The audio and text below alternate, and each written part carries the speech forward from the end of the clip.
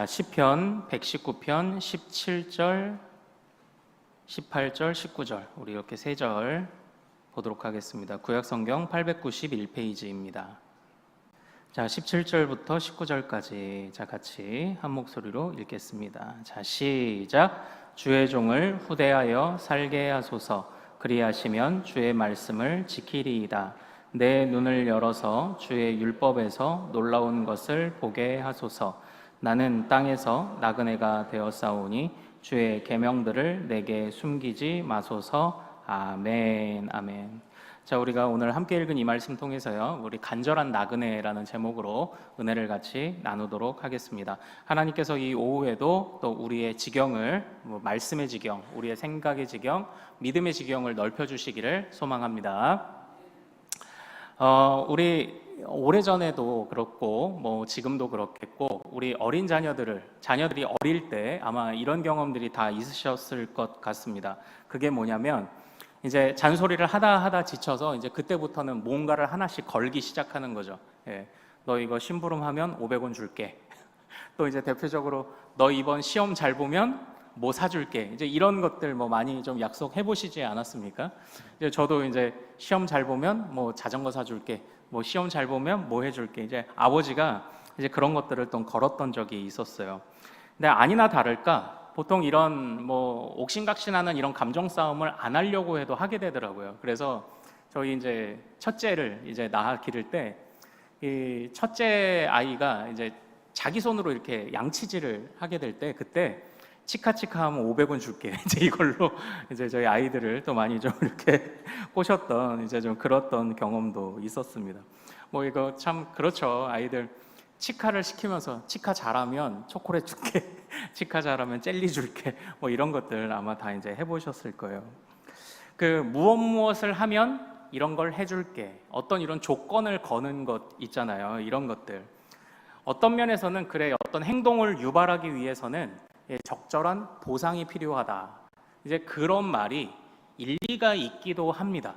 사실 그렇잖아요. 그 어디선가 그런 제도가 실행될 때가 있었죠. 우리 막 길거리에 담배 꽁초 버리면 파파라치 제도 이런 게 있지 않습니까? 그러니까 사람들이 그 카메라로 찍어서 신고하고 이러니까 진짜 그런 위반하는 일들이 많이 줄었다. 이런 것처럼 무언가 행동을 이끌어낼 때 적절한 보상이 있을 때 행동이 나온다. 이제 그것도 어떤 면에서는 일리가 있기도 합니다. 이제 어제도 그렇고 우리 이제 자녀들 계속 다음 세대 아이들 보면요, 사람을 변화시키는 게 뭔지 아십니까? 복음이 변화시킨다고 하잖아요. 아니요, 달란트가 변화시켜요. 사람은 달란트가 변화시키는 거예요. 그래서 어제 우리 유초동부 부장지사님 다 퍼준다고 막 스티커 엄청 뿌렸는데 애들이 누구 나와서 율동할 사람 다 나와. 이렇게 한 30명이 다 나와서 앞에서 하고 여기는 선생님들만 남아 계시고 사람은 뭐가 변화시킨다? 그래도 우리는 복음이라고 하셔야지. 우리마저도 달란트라고 그러시면 어떡합니까? 사람은 복음이 변하지만 아이들한테는 달란트가 필요하다. 예. 그거예요. 어쨌든 적절한 보상을 해주면 우리 나름대로 행동을 이끌어낼 수 있다. 근데 이게 이런 달란트 시상하고 하는 이런 정도면 그냥 애교스럽죠. 귀엽죠. 그러나 이제 우리가 신앙생활을 하다 보면 하나님과 이런 거래를 하는 경우가 종종 있지 않습니까? 하나님과 이런 딜을 해요. 하나님, 이것만 해주시면 제가 이렇게 하겠습니다. 어떤 분들은 이게 좀 긍정적으로 작용을 하시기도 했다고 해요. 생전에 그렇지 않았던 이제 몇몇 연예인들이 그냥 일반 토크쇼에 나와서 그런 얘기를 합니다. 제가요, 종교를 바꿨습니다. 그래서 이 자초지정을 들어보니까 이제 자기가 심각한 질병에 걸렸는데 낫게 해주시면은 내가 종교를 바꾸겠습니다 해서 실제 회복이 되고 그러면서 기독교로 입문을 하셨다. 그런데 이제 말씀은 내가 기독교로 종교를 바꾸긴 했는데 아직 예배드리고 하긴 하는데 잘 모르겠어요. 이렇게는 하긴 했지만 그런 경우도 있죠. 또 이제 우리도 그런 기도를 하죠. 하나님, 이번에 이것만 해결되면 제가 이것 하겠습니다. 이렇게요. 이런 기도를 할 때가 있지 않습니까? 그런데 참 이제 좀 생각을 해보게 되더라고요. 만약에 우리가 이제 소원들이 있고 해서 하나님 이건 진짜 꼭 해주십시오. 아니면 안 됩니다. 이거 해주시면 내가 이것 하겠습니다. 이런 얘기를 했는데 만약에 그런 응답이 안 온다면 여러분들은 어떻게 하셨고 또 어떻게 하실 생각이신가요? 하나님 이걸 꼭 이렇게 해주셔야 내가 이걸 하겠습니다 라는 기도를 했는데 하나님이 안 들어주시면 여러분들은 어떻게 하실 예정이신가요? 응답이 안 되면 그냥 이 믿음을 포기하실 생각인가요? 그러니까 이런 생각을 하다 보니까 조금 고민이 되더라고요. 아, 그래, 내가 무언가 하나님과 이렇게 거래하듯 하는 게 사실은 꼭 옳은 것만은 아닌 것 같다. 왜냐하면 하나님이 응답을 하시든 응답하지 않든 응답하셔도 우리 아버지고 응답 안 하셔도 우리 아버지고 응답하셔도 나의 구원자고 응답 안 하셔도 나의 구원자고 그런데 야, 내가 이런 걸로 하나님과 거래하는 듯 기도하는 게 과연 옳을까? 이런 생각을 좀 한번 해보게 되더라고요. 제가 예전에 이제 전도사로 사역할 때에 같이 저를 가르쳐 주셨던 담임 목사님은 교회 안에 어떤 시상도 못하게 하셨어요. 좀 어린 아이들 같은 경우는 뭐 수련회 때 이런 시상하고 하는 건 가능하지만 뭐 이제 전도왕 시상이라든지 뭐 이런 걸 절대 못하게 하셨습니다. 그 이유가요.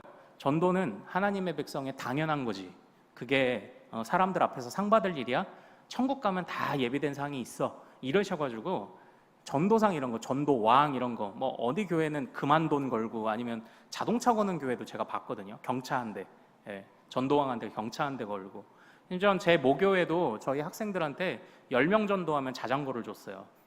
아무도 못 받아갔다는 게 항정이지만, 근데 이게 어떤 일순간의 어떤 동기를 유발하는 거는 긍정적일지 모르겠지만 정말 이게 맞을까? 이제 이런 생각을 좀 한번 해보게 되는 거죠. 하나님과 내가 이거 해주시면 이거 하겠습니다. 이런 신앙이 과연 맞을까? 이제 이런 고민을 해보는 겁니다. 자, 그런데 오늘 우리가 읽은 말씀은요, 뭐뭐 해주시면 뭐뭐 하리이다라는 구도가 허용이 되고 있습니다. 그래서 이 말씀이 오늘 말씀이 좀 독특하고 좀 재밌습니다. 우리 먼저 하나님과 어떤 거래를 하고 있는지 한번 볼까요? 우리 17절 말씀 먼저 보겠습니다. 자, 같이 읽습니다. 시작. 주의 종을 후대하여 살게 하소서. 그리하시면 주의 말씀을 지키리이다. 아멘. 이렇게 돼 있죠. 여기서 주님과 지금 거래를 하고 있는 이 시인의 모습이 등장을 합니다. 뭐라고 거래합니까? 주의 종을 나를 좀 후대하여 주옵소서. 그러면 내가 주의 말씀을 지키겠습니다. 이렇게 지금 거래를 제안하고 있죠.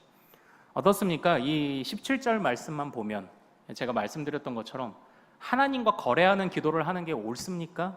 좀 고민이 되는 지점이죠. 그런데 오늘 이 말씀은 그걸 허용하고 있어요. 근데 그 허용하는 이유가 있습니다. 그 허용하는 이유가 뭐냐면 그게 이제 19절에 있어요. 우리 19절 말씀 같이 한번 읽어보겠습니다. 자, 시작. 나는 땅에서 나그네가 되었사오니 주의 계명들을 내게 숨기지 마소서. 아멘. 바로 무엇 해주시면 나를 후대하시면 내가 주의 말씀을 지키리이다라고 고백했던 이 사람에게 바로 이러한 거래의 기도가 허용된 이유가 무엇입니까? 이 사람의 신분이 지금 뭐예요? 나그네이기 때문이에요. 이 사람의 신분이 지금 나그네이기 때문입니다. 그러니까 지금 이 사람은요, 뭐 일시적인 나그네가 된 것인지 아니면 그의 인생 자체를 하나님 앞에서 나그네로 인식하고 있는 것인지 그것은 불분명하지만 그러나 핵심은 지금 이 사람이 머리 둘 곳이 없다는 것, 바로 그게 중요합니다. 지금 이 사람은 머리 둘 곳이 없어요. 그래서 절박함으로 하나님한테 간구하고 있는 거예요. 주여, 나를 후대하옵소서. 단순하게 지금 나를 이렇게 좀 좋게 해주십시오가 아니라 주여, 살려만 주옵소서. 좀 이런 기도인 거예요. 그러니까 지금 이 사람이요, 하나님 앞에 거래하는 기도를 하는데 그게 언제 허락이 된다? 나그네 신분일 때, 나그네일 때, 바로 그때 허락된다. 우리가 이런 이 힌트를 이 안에서 좀 얻을 수 있죠. 주의 종을 후대하지 않으시면 내가 살 수 없습니다. 그러니까 강력한 절박함으로 고백을 하는 겁니다. 주님이 나를 돌보시지 않으시면 내가 살 수 없습니다. 라고 지금 그렇게 말을 하고 있는 거예요. 단순히 그냥 어떤 무언가 마음에 소원이 있어서 어떤 보상을 바라고 하는 그런 기도가 아니라 지금 생명이 오락가락하는 이 와중에 하나님 앞에서 올려드리는 바로 그런 기도다라는 것입니다. 그런데 그 절박함들이 하나님 앞에 그래도 통했는지 나름대로 하나님 앞에서 어떤 응답을 받은 것 같기는 해요.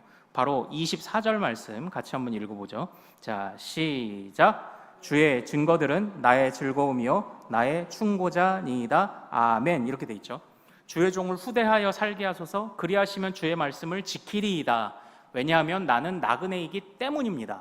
그런데 주님께서 나를 후대하시면 말씀을 지킨다고 했잖아요. 근데 24절 말씀이 뭐죠? 그 말씀에서 기쁨을 누리고 있잖아요. 그러니까 주님이 이 사람의 이 절박한 이 나그네의 기도를 응답을 해 주신 것 같아요. 그래서 이 사람이 하나님 앞에 찬양하는 것으로 이제 끝나는 거죠. 우리가요, 물론 하나님 앞에 우리가 사실 어떤 거래하는 기도든 뭐든 허투루 하는 건 없겠죠. 다 우리가 절박함을 가지고 그런 기도를 하겠죠. 그러나 한번 요 본문을 잘 보십시오. 절박함으로 시작하는 거는 똑같을지 몰라도 이 사람이 마지막에 정작 기뻐하고 있는 것이 무엇인지를 보십시오. 자신의 문제 자체가 해결된 그것 또한 하나님께 물론 기뻐할 일이지만 결국 이 사람이 최종적으로 기뻐하는 일은 내가 어찌됐건 어떤 이유에서든 하나님께 은혜를 구했고 하나님의 말씀을 지키겠다고 구했는데 야, 내가 기도 응답된 것보다 말씀 지키는 게 더 기쁨이 되네? 이걸 지금 깨달은 거예요. 그러니까 이 사람은 단순하게 하나님과 거래하는 기도하고 주님은 나 못 삽니다. 나 나그네입니다. 그러다가 응답받고 그냥 찬양하고 감사헌금 좀 하고 이러다가 끝난 사람이 아니라 그것보다 한 단계 더 나아가서 내가 응답받은 것도 감사한데 생각해 보니까 응답받는 과정 중에 하나하나 깨닫게 하신 하나님의 말씀이 나에게 더 즐거움이 되더라 라고 지금 이거를 고백하고 있는 게 이 시편 이 119편 이 시인의 모습이다라는 것입니다. 사랑하는 여러분, 우리 지지난주죠 말씀을 이제 나눴던 것처럼 이 시편 119편에는 주제가 있다고 말씀을 드렸어요. 바로 그거 무엇입니까? 하나님의 말씀을 우리 삶의 지표로 삼아서 그 말씀을 따라가라는 것입니다. 그러니까 지금 이 사람은 하나님 앞에서 지금 그 지표를 제대로 따라가고 있는 사람이죠. 절박함도 그리고 하나님 앞에 소원도 있지만 결국은 내 안에 이루어 주신, 내 안에 깨닫게 하신 말씀으로 인해 기뻐하고 있는 바로 이 사람의 모습을 이렇게 보게 된다라는 것입니다. 사랑하는 여러분, 오늘 우리가 이 안에서 좀 배웠으면 하는 그런 가르침들과 교훈들이 한 몇 가지가 있습니다. 먼저 우리가 이 사람들처럼 나그네라는 인식을 갖는 게 참 중요합니다. 성경에서 나그네는 어떻습니까? 이게 이 시편에서도 보면 오늘 본문을 포함해서 나그네라는 말이 7번 쓰였습니다.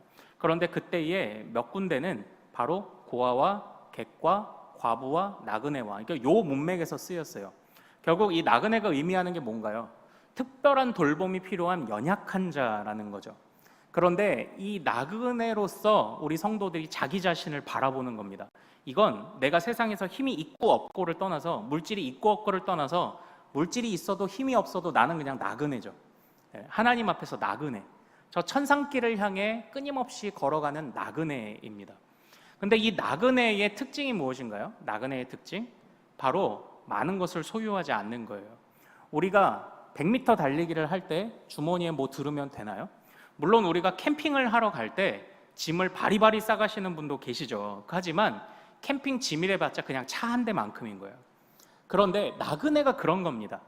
아무리 가져봤자 그냥 딱 그만큼이에요. 내가 들고 움직일 수 있을 만큼, 내가 쉽게 언제든지 훌훌 털고 떠날 수 있을 만큼 미련을 두지 않는 겁니다. 그게 나그네죠. 그게 나그네. 그리고 나그네는 고향을 그리워합니다. 그 마음이 바로 우리가 가져야 하는 마음이라고 말씀을 하는 것 아닙니까? 그러므로 우리가 정작 얻고자 하는 갈망이 이 세상에 정말 우리가 감당 못할 수많은 매달려 오는 것들, 주머니를 무겁게 만드는 것들에 우리의 관심이 매이는 것이 아니라 우리가 하나님의 그 주시는 말씀, 정말 나를 기쁘게 하시는 그 하나님의 말씀을 더 얻고 채우기 위해 하는 갈망이 우리 안에 있는가?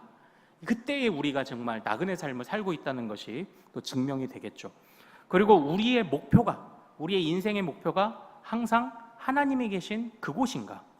하나님이 계신 그곳인가? 이것이 우리 안에서 반성이 될 때 우리가 나그네 삶을 제대로 살아가고 있다고 말할 수 있지 않겠습니까? 그리고 또 오늘 이 말씀에서 보여주는 우리 강구가 있었죠. 하나님 앞에서 정말 우리가 함부로 다른 것들로, 그 당시에는 내가 이제 정말 절박하다고 느낄지 모르겠지만, 그러나 우리가 함부로 하나님 앞에서 이렇게 무엇 해주시면 무엇 하겠습니다, 이런 기도 함부로 하지 말자. 그러나 참으로 우리가 하나님 앞에 나그네로서 절박한 마음이 들 때, 그럴 때는 어떤 면에서 주님 살려주옵소서라는 기도들은 그래도 좀 우리가 허락받을 수 있지 않을까, 좀 이런 고민들을, 이런 교훈들을 또 오늘 말씀을 통해서 좀 나눠볼 수 있는 것 같습니다. 사랑하는 여러분, 우리는요, 나그네, 이 나그네라는 말이 들어간 말들도 많이 쓰고 또 노래도 있죠. 제목은 하숙생인데 이제 내용은 나그네잖아요. 인생은 나그네 길, 어디서 왔다가 어디로 가는가. 구름이 흘러가듯 떠돌다 가는 길에 정일랑 두지 말자, 미련일랑 두지 말자. 인생은 나그네 길. 인생은 벌거숭이, 빈손으로 왔다가 빈손으로 가는가. 이런 가사들이 있는 이런 노래도 잘 아실 것이라 생각을 합니다. 그런데 우리가 이런 고백, 우리가 나그네다라는 고백을 언제 하나요? 우리가 어떤 특별한 순간, 진짜 어려운 순간들이 올 때만 우리가 나그네라고 고백하죠. 그러나 오늘 이 시인은, 그리고 성경은 우리에게 항상 나그네의 마음을 갖도록 우리를 그렇게 교훈하고 있습니다. 그러니까 우리는 이 세상에서 그냥 적절히 잘 살다가 특별한 문제가 있을 때만 나그네가 되는 게 아니에요. 우리는 그냥 나그네죠. 그냥 나그네예요. 우리는 그냥 나그네입니다. 그냥 우리의 일평생이 나그네입니다. 그래서 우리는 목적이 아버지의 본향을 향해 가는 게 목적이고, 그리고 우리는 많은 것을 소유하려 하지 않는 것이 우리의 목적이고, 언제든지 미련 없이 떠날 수 있는 것도 우리의 목적이고, 바로 그거예요. 그러는 때가 있다가 없다가 하는 그게 아닙니다. 우리는 항상 그냥 나그네인 것입니다. 참으로 하나님께서 이 나그네 인생을 살아가는 우리에게 정말 우리의 마음이 너무나도 서럽고 어려워서 기도를 올려드리는 그런 순간들도 많이 있겠지만, 그러나 나그네로 살아가기를 결단하는 그의 백성들의 기도는 하나님이 응답하실 줄로 믿습니다. 또 살려주시는 은혜도 있겠고 돌보시는 은혜도 있을 줄로 믿습니다. 중요한 것은 우리가 항상 이 하나님을 향한 절박함을 갖고 사는 거예요. 하나님을 향한 항상 이 간절함을 갖고 살아가는 겁니다. 왜냐? 우리는 항상 나그네이기 때문입니다. 나그네가 아닌 순간이 없다는 것을 꼭 기억하시는 우리 모든 믿음의 가족들 되시기를 소망합니다. 우리는 항상 나그네입니다. 자, 우리 예수님의 모습이 어떠셨습니까? 우리 예수님은요, 머리 둘 곳 없는 예수님이셨습니다. 그러나 우리 예수님께서 그 머리 둘 곳 없는 삶을 사시면서 항상 어렵기만 하셨을까요? 아니요, 그렇지 않으셨습니다. 오히려 머리 둘 곳은 없었지만 그저 들판에 누우셨을 때 옆에서 바라보는 백합을 보며 주님께서 먹이고 입히심을 보았고요. 때로는 여우도 제 굴이 있지만 나는 머리 둘 곳이 없다 하셨지만, 때로는 그 들판에서 주무실 때, 그 산속에서 기도하시다가 주무실 때, 그때 지나가는 동물들을 통해서도, 그 작은 미물들을 통해서도 하나님의 먹이고 입히심을 누리시며 함께 또 하나님을 찬양하셨던 것이 바로 우리 주님 아니셨습니까? 우리는 이 세상에서 머리 둘 곳을 항상 찾습니다. 그런데 머리 둘 곳을 많이 찾습니다. 하나님께서는 우리에게 정말 너무 주님을 원망하지 않을 정도로는 우리를 항상 먹이고 입히실 것을 우리가 잊어서는 안 됩니다. 확신을 해야 합니다. 그러나 머리 둘 곳이 많지 않아도 머리 둘 곳이 한 곳이라도 있다면 그래도 우리가 하나님 앞에 감사할 수 있기를 소망합니다. 우리가 하나님 앞에 간절함으로 기도해야죠. 해야죠. 그러나 그저 하나님이 하시는 처분을 기쁘게 따라갈 수 있는 그런 기도면 더 좋겠습니다. 물론 하나님 이것 해주시면 제가 이것 하겠습니다라는 기도를 하는 순간도 있겠지만, 그렇게 응답되지 않아도 믿음을 포기하지 않는, 실망하지 않는 우리 큰숲의 모든 가족들 되시기를 소망합니다. 자, 우리 오늘 말씀 붙잡고 또 우리 찬양하며 좀 나가기를 원하는데요. 빛이 없어도 환하게 다가오시는, 그러니까 나는 없어요. 아버지가 계시니까 내가 있고, 아버지가 없으면 나도 없습니다. 우리가 이것이 우리의 고백되기를 원합니다.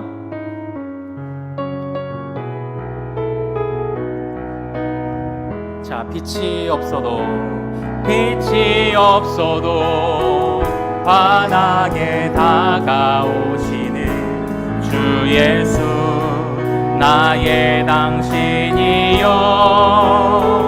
음성이 없어도 똑똑히 들려주시는 주 예수, 나의 당신이여.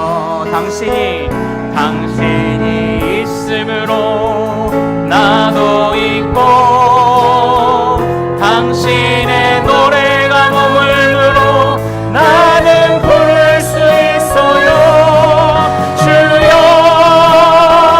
꽃처럼 향기 나는 나의 생활이 아니어도 나는 당신이 좋을 수밖에 없어요.